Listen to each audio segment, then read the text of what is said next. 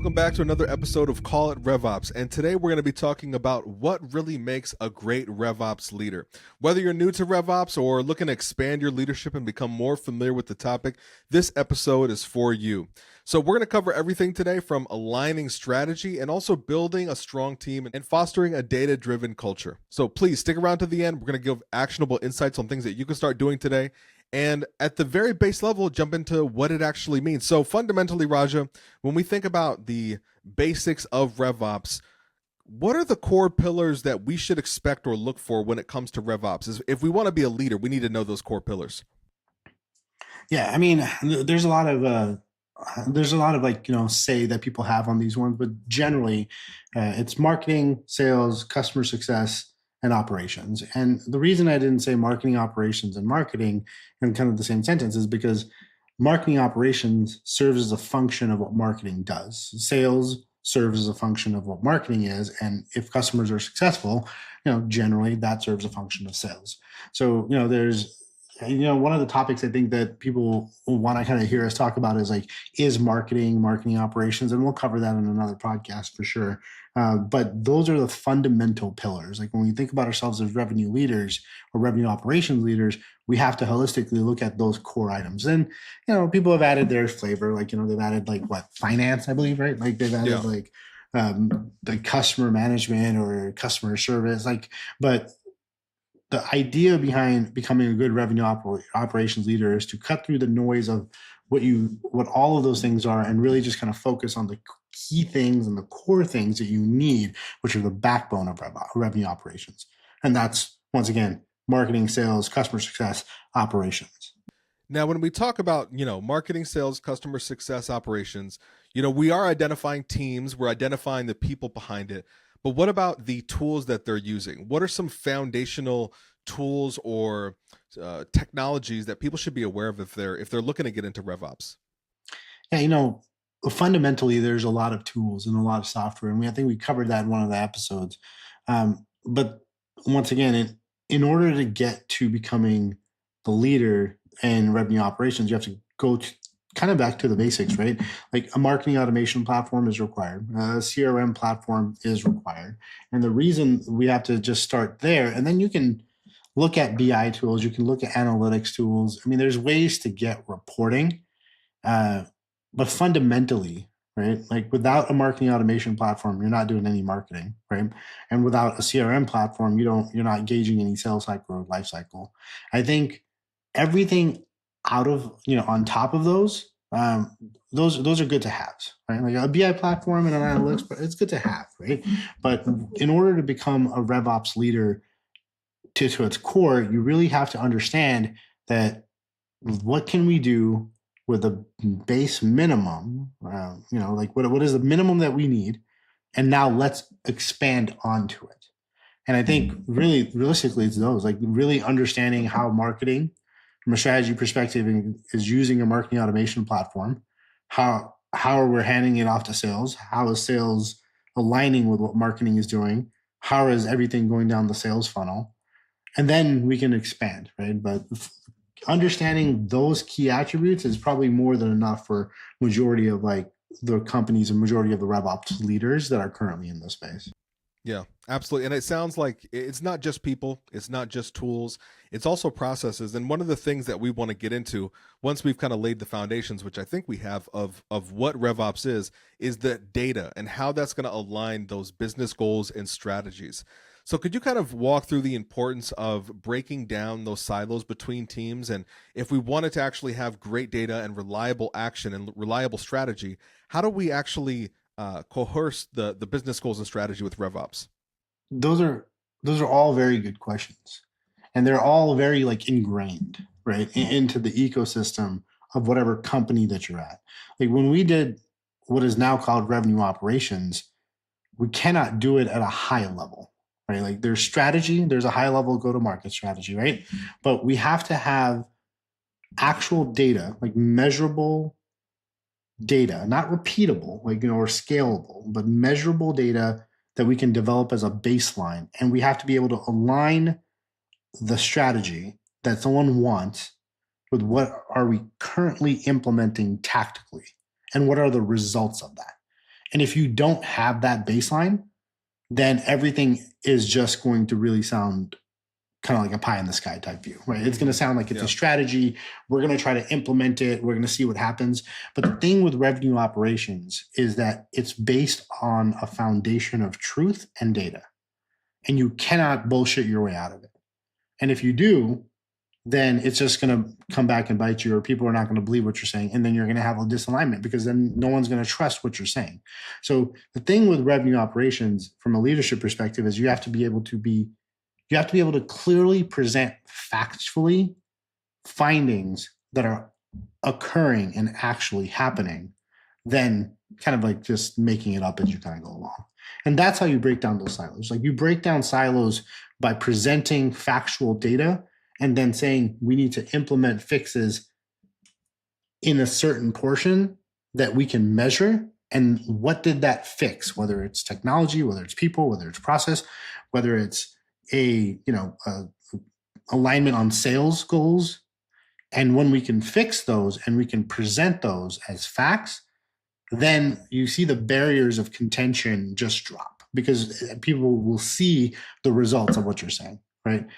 Which is very different from traditional marketing operations, is where we're saying, hey, we sent you 1,000 leads, right? Out of those 1,000 leads, how many convert? They said nothing. We didn't get nothing out of those, right? Yeah. And then people just do whatever they need to do from there. But that's the big difference between leadership and revenue operations. Is it's based off on on a foundational understanding that these are measurable results and they're factual results. And if you don't have that, then it's a pie in the sky strategy. So really, just to summarize in a phrase, we need to have clear, measurable goals that could be tied to business objectives, and that could be different across teams, but we need to have that. Now, I think a question for that team. That's the other thing, though. It's also for that team. We cannot define success as a revenue operations leader. We cannot define success based off on one facet of the business. Mm-hmm. Just because marketing, let's just assume, killed it from a demand gen perspective, that doesn't mean that it resulted to anything from a sales side, right? And then on the flip side, once sales, let's just say, closed a deal, what was the customer experience from an onboarding perspective? And if we don't have those, then we're missing key information. So it's not just so much like, to your point, kind of like when it used to be like marketing is just responsible for this.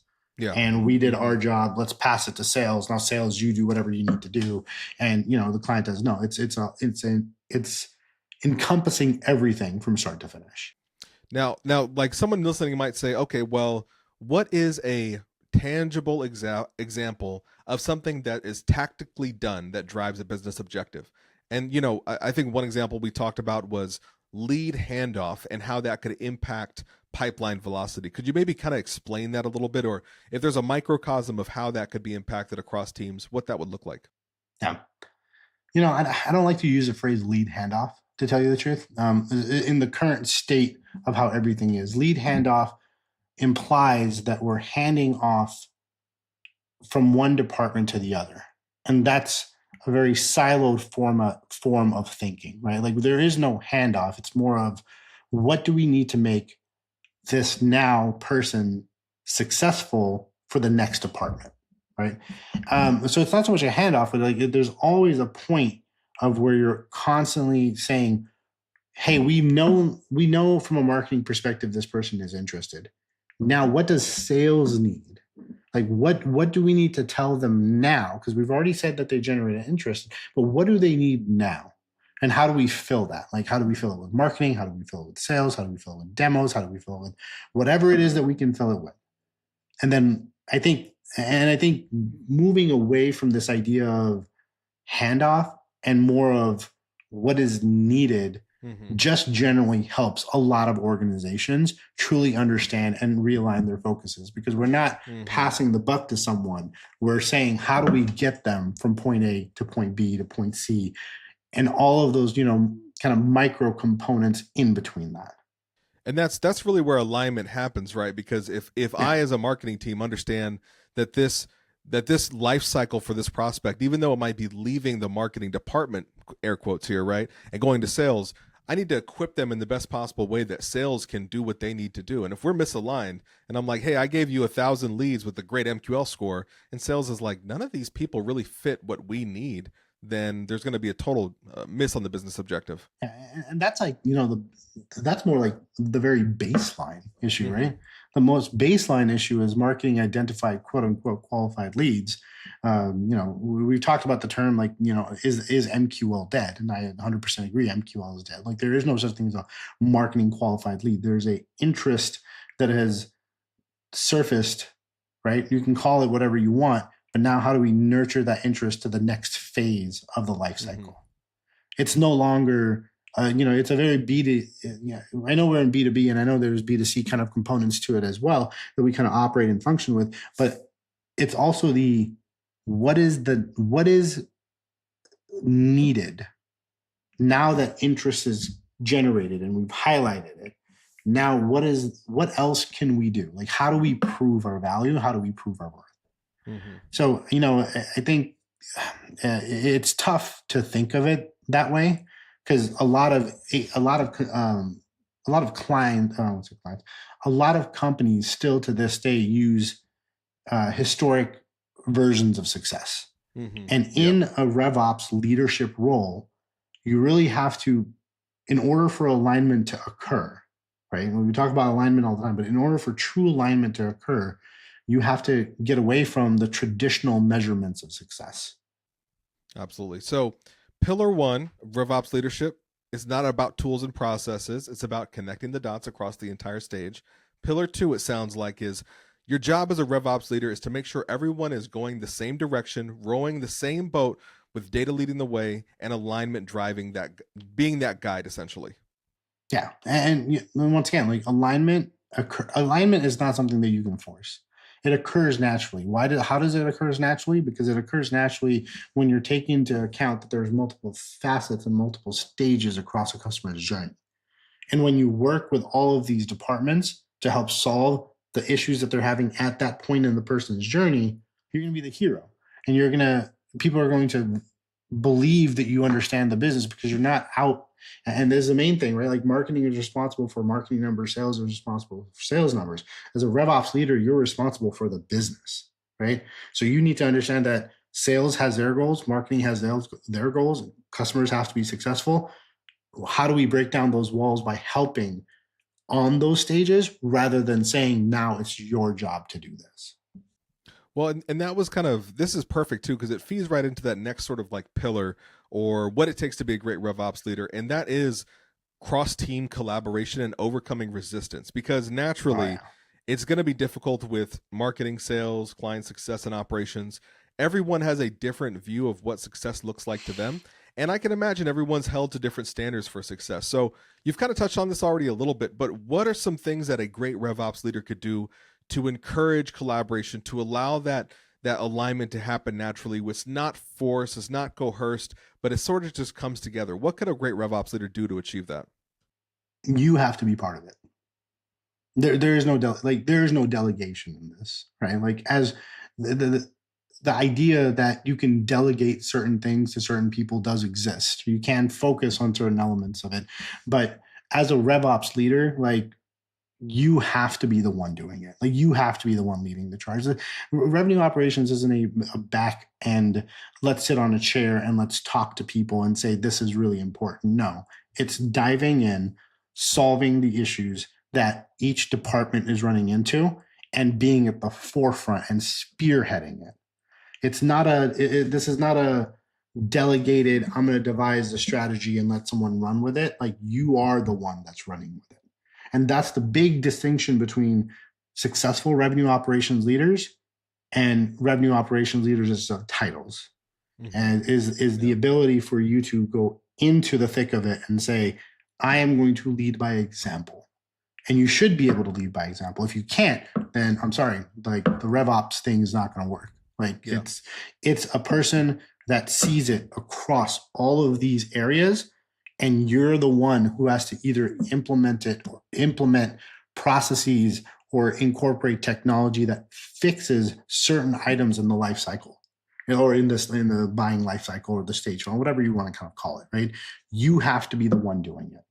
And that's, I think, the biggest thing is that's what key successful revenue operation leaders, every single RevOps leader that I've worked with or know or firsthand or even in that role, is you have to understand the technologies. You have to understand technologies that you don't need and what technologies you do need based off on what you found out by talking to those departments.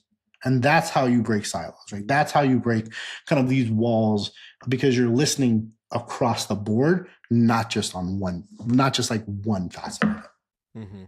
You have to be very empathetic to each one. If you're working with leaders across departments, you have to be empathetic to what their key initiatives are, what they're looking to gain out of it, and also adaptable enough to say, okay, here's what you need to do, here's what sales here needs to do, here's what customer success needs to do, here's how we can leverage facets of that to achieve revenue operations. It's really, to your point, you have to be at the helm of it. It's not a backseat position. It's not a No, I'm riding along. If you're a company and you have a revenue operations person that doesn't understand the, lack of better kind of phrase, people, process, technologies, and what your goals are, you need to get a new revenue operations leader. This is not a back helm position. Mm-hmm. The whole entire purpose of this position is to help everyone across the board, right?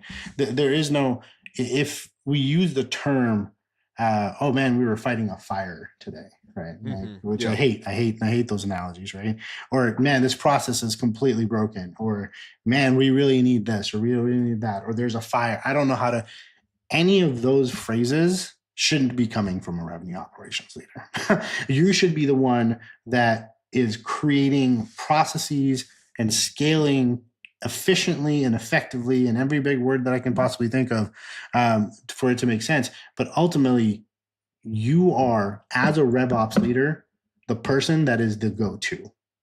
And if there's a fire, and those fires happen every week, and there's last minute this and stuff that doesn't make any sense, you should be the one that is fixing those so it doesn't occur again. If it does occur again, then there's no way you can scale. Like, there's no way you can consider yourself, there's no way you'll have time to actually fix the entirety. Like, you wouldn't have time to do it because you're spending so much time on the granularity of it. And it's a combination of, hey, there's a fire. What caused it? Was it a process breakdown? Was it a communication breakdown? Are we missing a piece of technology that didn't tell someone what they needed to know? Okay, now I know why it happened. And this piece of technology, this change in process, some sort of alignment call, something needs to happen so it doesn't occur again. Mm-hmm. So when you're encountering those scenarios, because there's always going to be a resistance to this process. There's always going to be a challenge potentially around adopting this new way of thinking.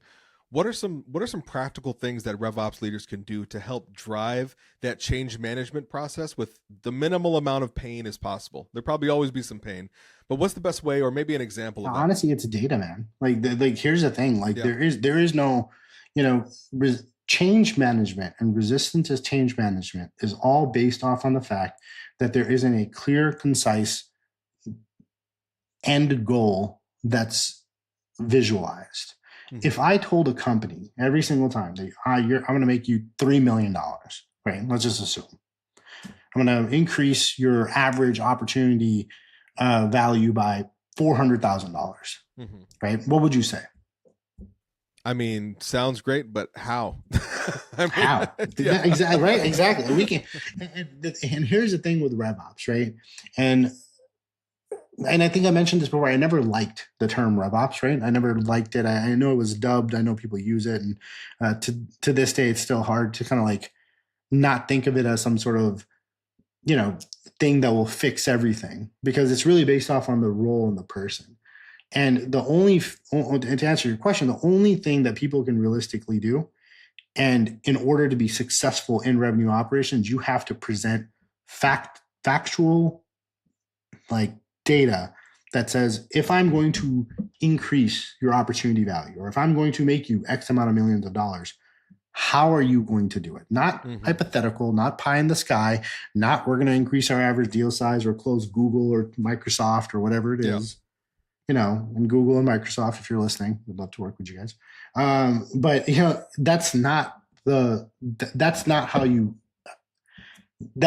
how you're able to convince someone in theoreticals. Yeah. It has absolutely. To be tactical, data-backed, data-driven changes. And once that happens, and you cannot deny it. Like, people will not be able to deny, hey, yes, we did actually increase our per opportunity amount because we implemented these changes. It works. Sales is going to be happy. Reps are going to be happy. Company's going to be happy. Marketing's going to be happy. And like I said, alignment is a byproduct of doing things the correct way. Yeah. And not having alignment is a byproduct of just making shit up as you go along and hoping that people follow. Absolutely. And I mean, the kind of a way to summarize this too, and we have this in our notes that I like to reference, but the phrase is, when data is the common language, alignment becomes so much easier. And I think that's really hitting the point home of, okay, well, if things are broken, it's because you're misaligned and no one's on the same page about the data. But if the data is clear and we know exactly what we need to do, the how becomes a lot simpler, a lot more straightforward. Yeah. I mean, I'll tell you right now, there's not a single salesperson. If I could prove to them that, hey, every single time you schedule a demo at Monday at 3 p.m., you close a deal. Every single salesperson will schedule demos at 3 p.m. if the data is back. 1,000%. Yeah. Right? Yeah, right? Like that's just it. And every marketing person will send an email telling people to schedule a demo. Yeah. Yeah, right? At 2:30 p.m. And that's what I'm saying, is that revenue operations is data-driven. And if you're not data-driven, then it's just another fluff. We talked about this on the last podcast that we had, is that how do we, is RevOps going to go the way of another strategy? And it will. If we cannot back up what we're saying, and when we do not have data to prove the outcomes that we're projecting, then it's just another title that people will eventually change in a couple of years. Yeah, absolutely. Well, and speaking of, if titles are changing and people are changing, it kind of begs the question, if you're a RevOps leader and you come into a role, you might have a team in place.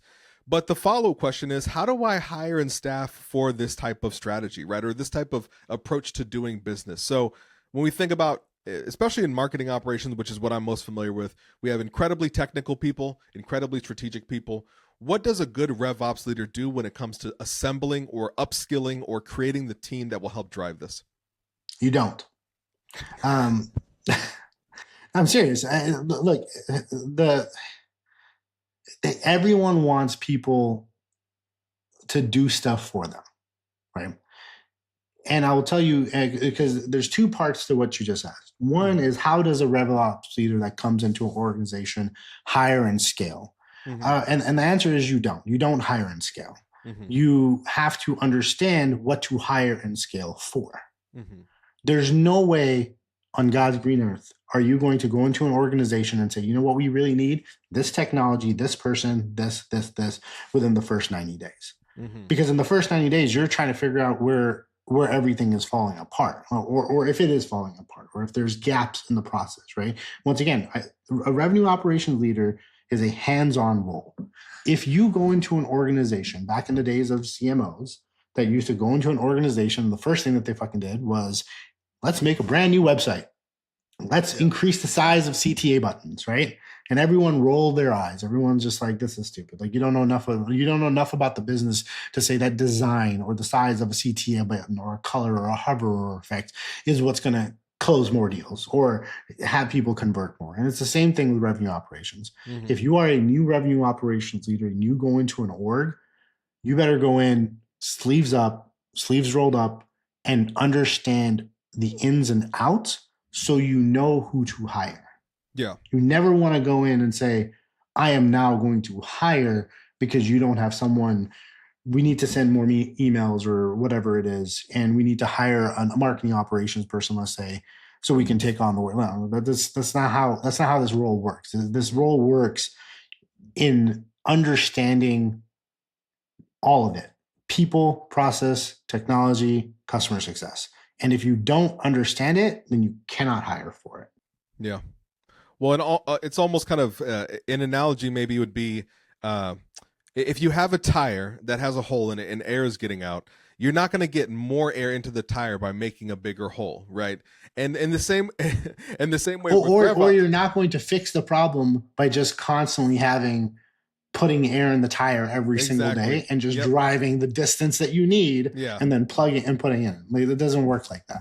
Yeah, exactly. You almost need to first get alignment, let the data do the talking, and once the teams are aligned and the data's on point, then you can maybe have gaps. But chances are, and I could be wrong, I may be assuming this, a lot of times the existing headcount will do more than enough because once the data is clear, they know exactly, okay, here's what I need to do to excel in my particular role. Yeah, I mean, if you look at all the businesses, like all the companies that are starting like today in 2024, right? Why is it that there's less teams? They're just more efficient in their processes, right? And being, I don't want to keep saying like not aligned, because I feel like we've said that like so often in this particular podcast, or in this particular topic, right? But if you have efficiencies in process, then hiring is probably not the number one thing that's going to fix anything. Yep. Right.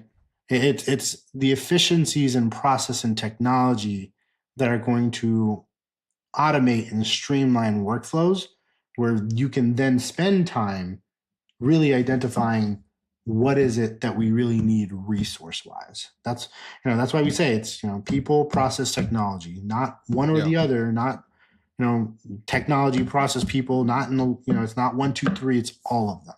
Yeah. And to your point, I think currently there are probably enough people at our organization, not every time, right? Like it's not going to be 100% of the time, especially if you're in a startup mode, but majority of the time, like if you have an admin and you have a CRM admin and you have maybe 2, 3 people, like I've seen people, we were Conde, like when we first started G&W, we were a team of 2 people. Yeah, right. Like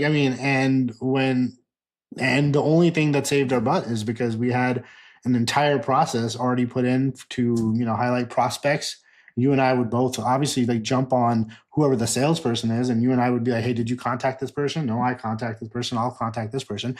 But the entire funnel of that was never needed because you and I were aligned, on like what we needed to focus on, right? And our focus wasn't, sending out 1 million emails. It was key targeted accounts, measure engagement, and then let's, hit them up from there. Yeah. So it's like I said, we did it with 2 people. Now we're 17 people. There you go. And, there's ways to do it. But once again, like we've been in the space long enough, and we, not to toot our own horns a little bit, but we've been in the space long enough. We know, hey, from a RevOps perspective, what do we need to focus on now? Like we didn't need consultants, we needed clients, and we had clients, we needed consultants, right? Like, so we ping pong back and forth between that. And obviously, like 2 people are a lot easier to align. I don't want to, when you're first starting off. But once again, like that's what revenue operations leaders are supposed to be able to do at scale, right?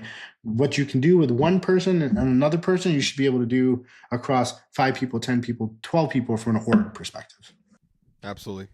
Well, Raja, somehow we killed, our entire time, and we're at the end here. But if there's anything you could tell a RevOps leader, you said, hey, I have this one takeaway from this entire podcast, outside of the pillars that we discussed, outside of the key areas around alignment. What's the one thing that you would tell a RevOps leader or soon to be RevOps leader that they need to do to excel in that position and really bring it home?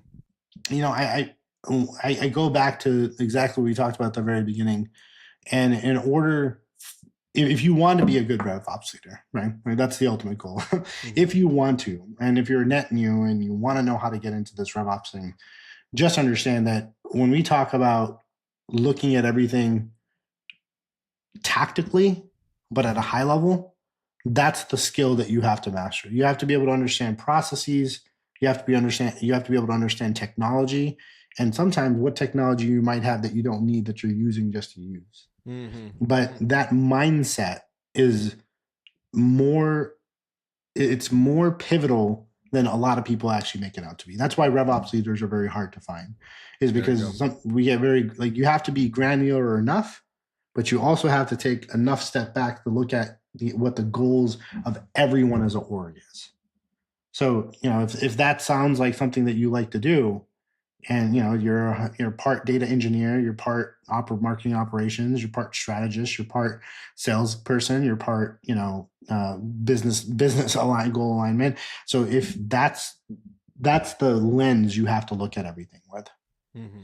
And honestly, it's timing, right? Like, I wouldn't say like it's one thing, because that's not what revenue operations is, right? Like, I can't tell you if you understand processes, then all of a sudden you're going to be a RevOps leader. I can't tell you if you're good at technology, then technology. There is no one thing, and that's the whole point of being a revenue operations leader, is that there cannot be one thing that is going to make you a great revenue operations leader. It's multiple things with a level of involvement and disinvolvement in all of those components. That's what's going to make you a good RevOps leader. Knowing when you have to dive into something, and knowing when you probably don't need to do it at this moment in time. Yeah, I mean, there's a lot that goes into being a great RevOps leader, and I'm glad that you were able to just kind of break everything down and share those insights. We appreciate you guys tuning in for this week of Call It RevOps. Be sure to tune in next week as well as we dive into more RevOps topic. But until then, have a great rest of your day.